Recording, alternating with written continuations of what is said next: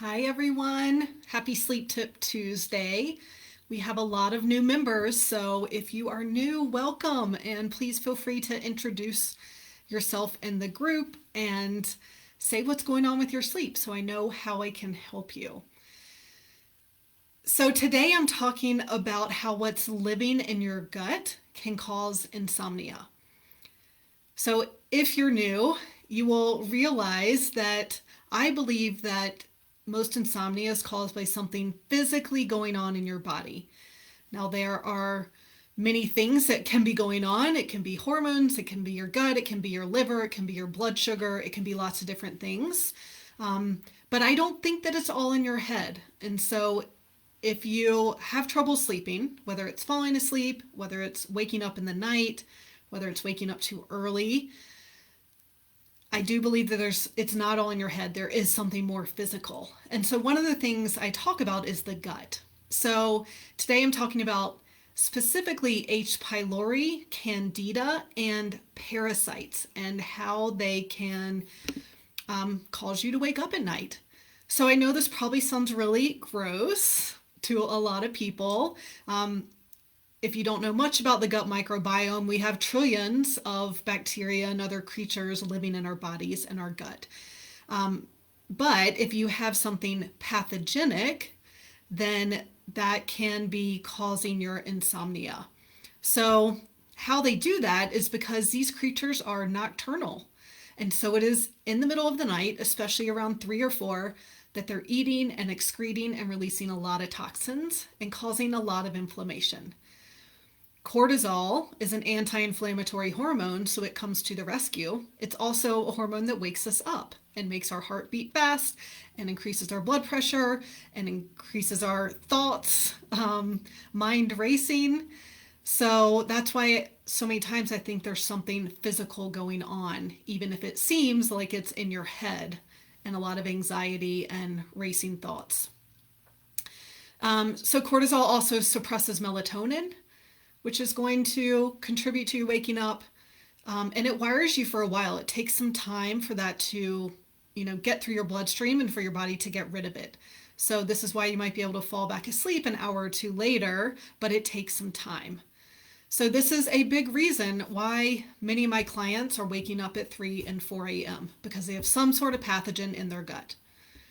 So first, let's talk about H. pylori. I don't know if you've heard of this before. It's a type of bacteria that lives in the stomach lining, and you get this through uncooked food. It also spreads through saliva, so it means that it easily spreads among family members. So if you have H. pylori, your spouse probably does, your children might, and so it's something that you want to treat everyone for it really to go away. And H. pylori thrives by raising the pH level of the stomach. So your stomach should have a low pH. It should be really acidic to break down protein. And so if you do have H. pylori, then you probably aren't digesting food very well, especially meat and protein, because your stomach is less acidic. And this can also lead to bacterial overgrowth, and you're not being able to absorb many nutrients like vitamin B12, zinc, and iron. And just so you know, HCl, hydrochloric acid, supplements can make H. pylori worse, because that HCl will stimulate the H. pylori, and then it produces something called urease, which increases the pH of the stomach so that it can continue to thrive. So that's why I don't recommend digestive enzymes with HCl unless you know that you don't have H. pylori. Otherwise, it can make things a lot worse. Now, another thing that can be causing you to wake up at night is Candida. And this is a kind of yeast. It's actually a normal part of your gut flora, so everyone has it. But if it takes over because your gut isn't healthy, then that's when it causes a lot of problems. And Candida thrives on sugar, and it also thrives on the waste products of other bacteria and parasites. So it could be thriving off of you having H. pylori and a parasite, which we'll talk about in a minute. And so many people continuously struggle with Candida because they aren't actually dealing with that primary infection that is feeding it.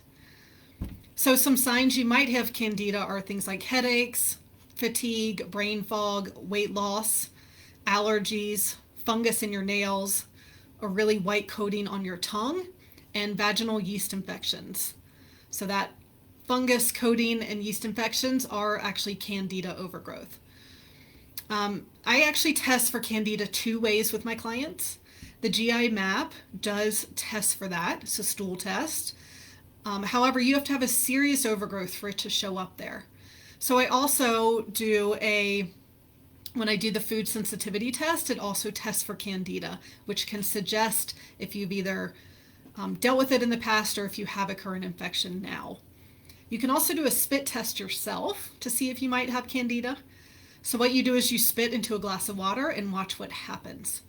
If your spit starts to grow legs and snake down, it's a good sign you have Candida. If it's cloudy and sinks quickly to the bottom, that's another sign. Or if cloudy specks kind of stay suspended in the water, then that's another sign that you might have a Candida infection. So you want to deal with other infections first to take care of Candida, eliminate sugar, and then I like supplements like Candida Stat and something called Mega Myco Balance. It helps balance yeast in the body. Those are 2 of my favorites for Candida. Now, the last thing that might be living in your gut and causing your insomnia is a parasite. So maybe you've heard of Giardia. I actually had Blastocystis hominis was the parasite I had. I think it came from when I was traveling in Asia 12 years ago. But there are quite a few possibilities and probably haven't heard of many of them. And these parasites can cause digestive symptoms like diarrhea, abdominal pain, gas, and joint pain. But many times people are asymptomatic, they don't have those digestive symptoms, and so their doctor won't treat it. But they can cause other symptoms too, especially insomnia, so that's why I want to address them. So you can take antiparasitic herbs if you have a parasite. There's one called Rain Tree's Amazon AP. But you also want to make sure to take what's called a biofilmbuster. So all of these creatures I'm talking about form a protective shield around themselves. It's called a biofilm. And this keeps things from getting in. It enables them to grow. It's actually how they communicate with one another. Sounds gross, I know. But it's how they thrive. And so you need to break down that biofilm to make sure that those herbs can actually get to the creature that you're trying to get rid of. So I use something called biocidin for that. We usually get parasites through contaminated food and water. So if you traveled out of the country, it's a very good chance that you have one. Of course, you can get them in, third world or first world countries like the United States as well. So yeah, what we want to do is find out if you have a pathogen. And the way I do that is I use a test called a GI map. It is a stool test, and it shows what's living in your gut, both good and bad. The labs more recently made this test more sensitive to H. pylori, so it is less likely to miss it. And knowing what is actually in your gut is especially important because it is going to determine what supplements are going to be right for you to deal with that. So obviously we take different things for a parasite versus H. pylori versus Candida. So I think that there are a few different options. If you do, if you're working with me and you find out that you have this, then I am actually required to give you a letter that you should go see your doctor. So you can go to your doctor and take an antibiotic. There are a few issues with doing this. First of all, you take an antibiotic for 10 days. These creatures have a life cycle of at least 30 days. So that antibiotic for 10 days isn't getting every stage that's alive. And so that's why an herbal protocol that you take for longer can be more effective. Also, because of that biofilm, the antibiotics can't get through as well. So you would definitely want to still use a biofilm buster to make sure that the drugs can do their work. And antibiotics kill the good and the bad bacteria. And they damage the gut wall. And so, if we're working together, we're working to really heal your gut. And so antibiotics can definitely slow down that process. You can also Instead of taking antibiotics, you can do what I call self-treatment, where you do an herbal protocol with that biofilmbuster. Or you can actually do both, and some of my clients choose to do both. So those are the options there. My goal is to give you all the information that you need to make the best decision for yourself about what you should do. So, yeah, that's all I have for today about things living in your gut that can cause insomnia. It's never just the gut, though. So that's why I do multiple lab tests to find out everything that can be going on and be contributing to your insomnia.